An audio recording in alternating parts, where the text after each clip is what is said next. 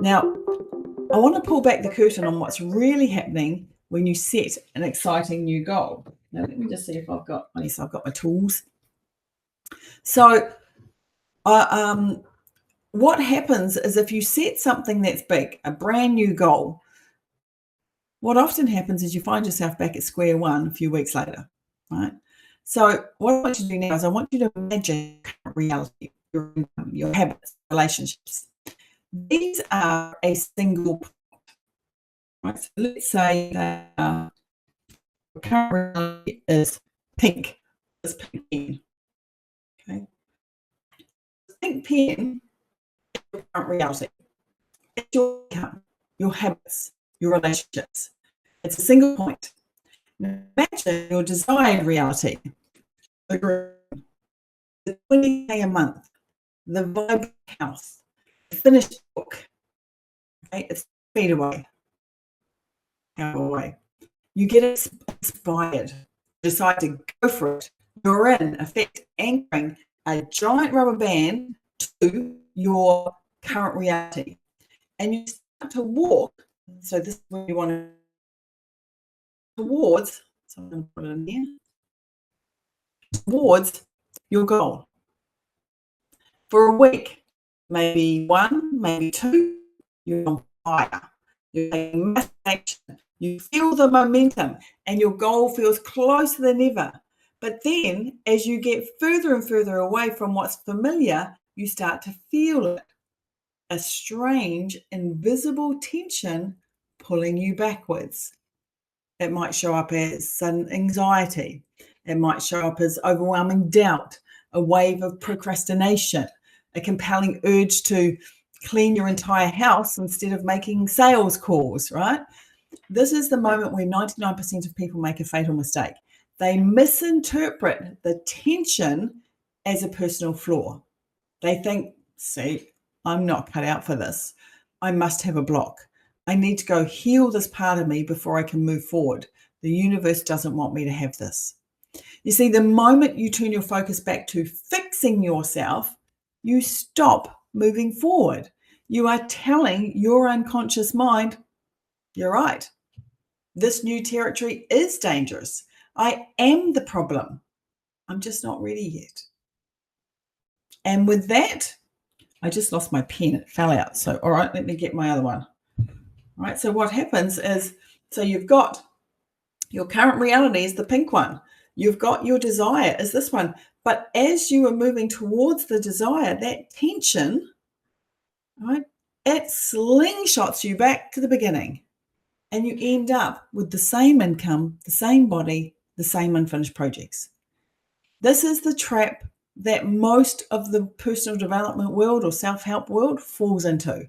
And I call it the oscillating psychological wound. So it works like this. You stretch towards a new goal. You feel the tension of the growth, but you diagnose the tension as a sign that you are broken. You retreat to, I got to go back and work on myself, releasing the tension and therefore reinforcing your old identity. You see, we have been taught to believe that discomfort is a signal to retreat, when in fact, it is the compass telling you that you're heading in the right direction. This tension isn't a sign that you're broken. It's a sign that the strategy is working. It's the evidence of your expansion. Now, most people will spend their entire lives inside this loop, never realizing that the very act of healing the wound is what keeps them anchored to them. They go for the goal, they hit discomfort, they go back to work on themselves. They never actually arrive. They go for the goal, they feel the tension, they need to heal themselves. They go back to where they started from. Can you see what happens here? There's another way though. A way to use that tension, not as a signal to retreat, but as the fuel for your forward motion. And this is what the superconscious shift is all about. So if fighting your unconscious is a battle you can never win, what do you do instead? You don't fight it at all. You step out of the game entirely. just step out, leave the game. So instead of pushing through resistance or trying to heal your way to a goal, you learn to shift your identity first. So think of it this way.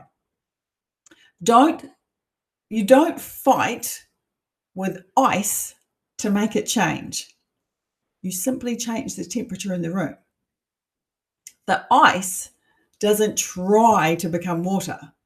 The change it makes is a natural consequence of its new environment.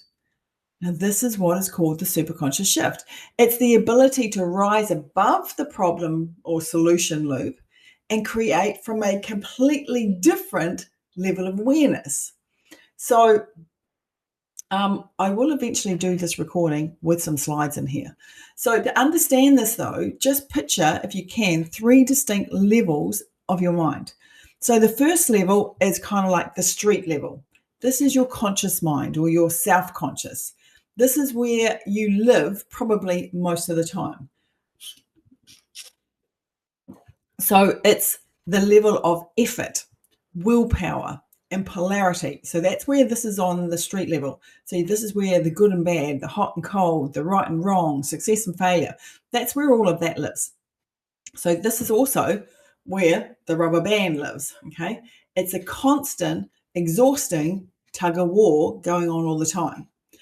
Level 2 is the foundation, or where the unconscious lives. So this is the operating system that's running beneath the surface. So it holds the anchor point for the rubber band. And its only job is to maintain balance and keep you safe, which it defines as being familiar. So it isn't good or bad. It's just simply a machine executing a program.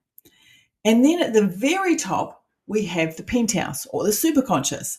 Now, this is the level of infinite possibility. It's where your highest intelligence, your deepest intuition, and your true creative powers reside. So from here, you're not in the tug of war. You can see the entire game board. You can see the rubber band, the anchor point, and the goal all at the same time. Now, what most people do is they try to create change from the street level. They use brute force and willpower to stretch the rubber band, wondering why they always get snapped back. You see, the superconscious shift is about learning to access the penthouse, because from this higher vantage point, you don't fight the program, you rewrite it. You don't try to outmuscle your unconscious, you give it an upgraded set of instructions. And when you learn to do this, when you shift your identity at the deepest level first, the external changes become easy. They become natural. They become undeniable.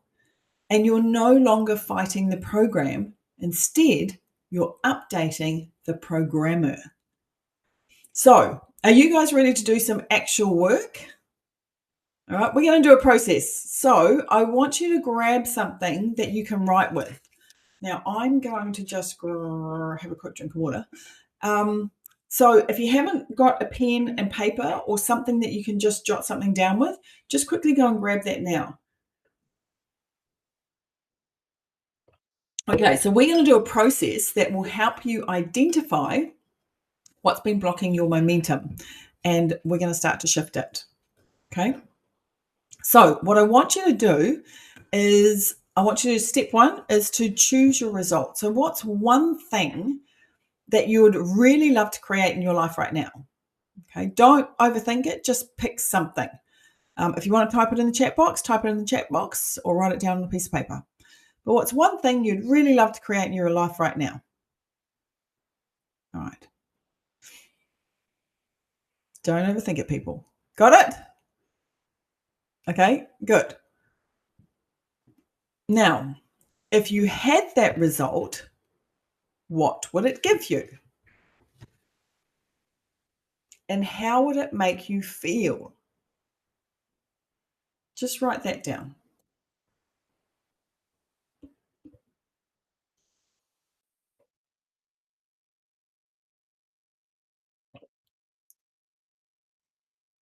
How would it make you feel?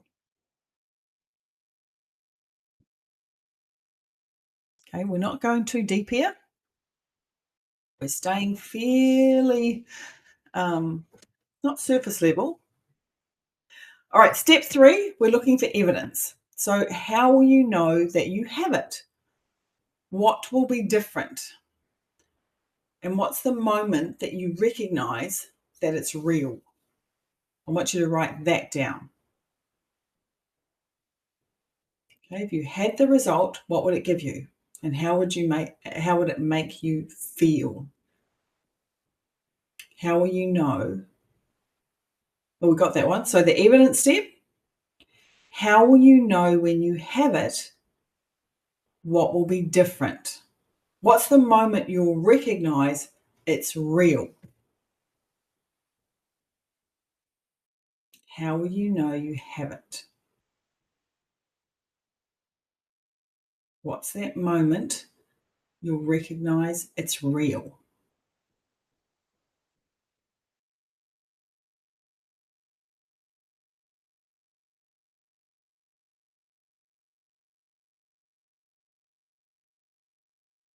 Okay, does everyone have something?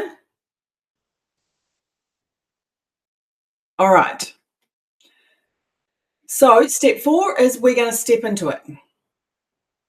Okay, so what I want you to do right now is I want you to close your eyes. Okay, close your eyes and imagine you already have this result. You're living it right now. And I want you to see it through your own eyes. So you're looking out your own eyes, looking at it. I want you, as you're looking at it, hear what you'd hear and feel what you'd feel in your body. Just really let yourself experience it. That's it. Really let yourself experience that. Good. And then come back. All right. Step 5, the block. Here's the important question I have for you. And I want you to catch your first instinctive reaction. What stops you from having this now? Don't analyze it. Just notice what comes up. It could be a feeling. It could be a thought. It could be a knowing. Okay? Got it? We're going to keep going through. Now I want you to ask yourself, how old is the youngest version of me who felt this way? And I want you to let a number come to you. Now, it might be exact. It might be a range. Just trust what shows up. But if you get anything above the age of 10, I want you to ask again, is there a younger version of me who experienced this? Okay. Just trust the process, everyone. All right. What I want you to do now, close your eyes. And I want you to go back to that age and I want you to step into that younger you. What's happening? Who's there? Who's not there? What are you deciding about yourself? What are you deciding about the world? About what you need to do or be in order to be safe, to be loved, to be accepted? Now, I just want you to notice. Don't judge it, because remember, the younger you was doing the best they could with what they knew. Now, as your adult self, what do you want that younger you to know? Maybe it's you did survive. Your internal war is over. You're allowed to have what you want. You don't have to prove anything. You're already enough. So just find the truth, but feel it in your body.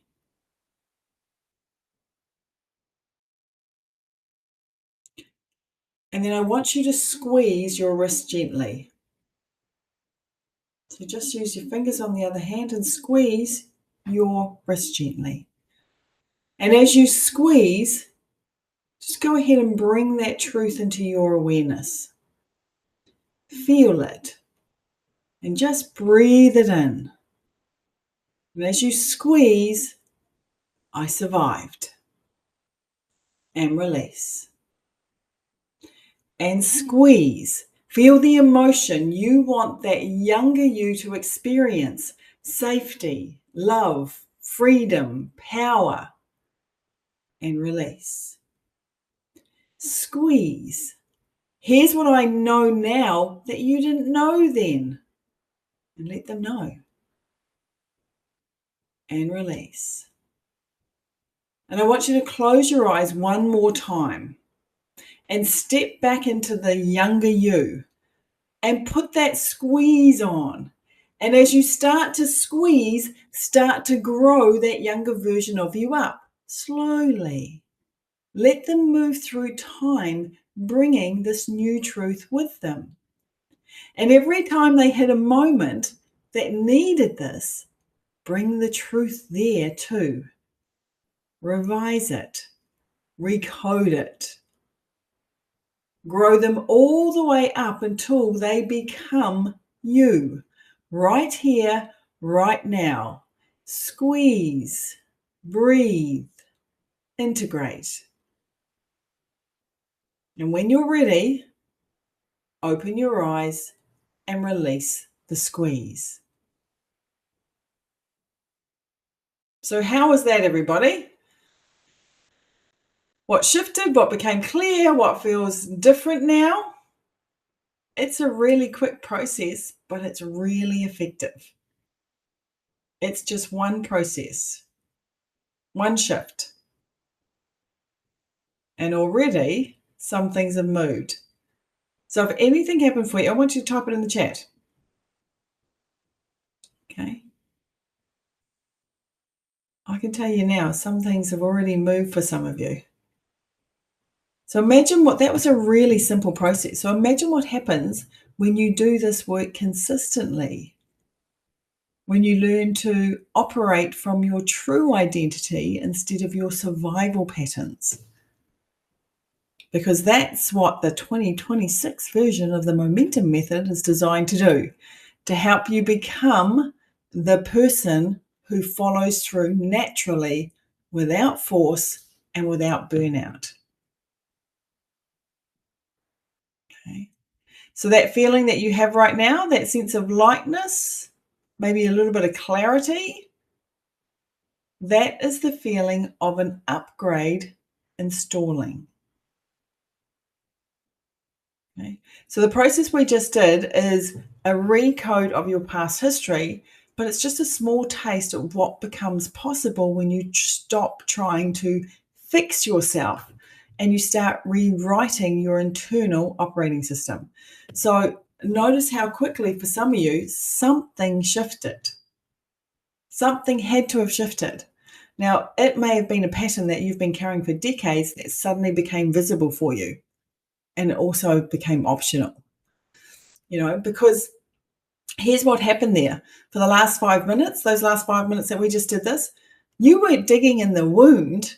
You were operating from the level of the identity that created the wound.